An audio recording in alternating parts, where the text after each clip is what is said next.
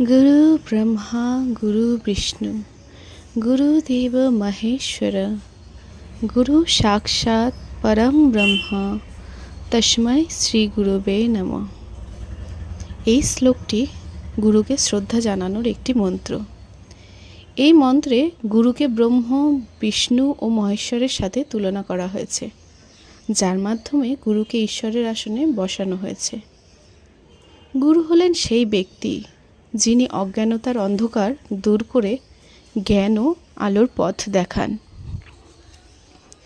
গুরু হলেন সৃষ্টির দেবতা ব্রহ্মার মতো, যিনি নতুন কিছু সৃষ্টি করতে সাহায্য করেন, অর্থাৎ নতুন জ্ঞান ও বোধের জন্ম দেন। গুরু বিষ্ণু হলেন পালনকর্তা বিষ্ণুর মতো, যিনি শিষ্যকে রক্ষা করেন এবং তার উন্নতির পথ সুগম করেন।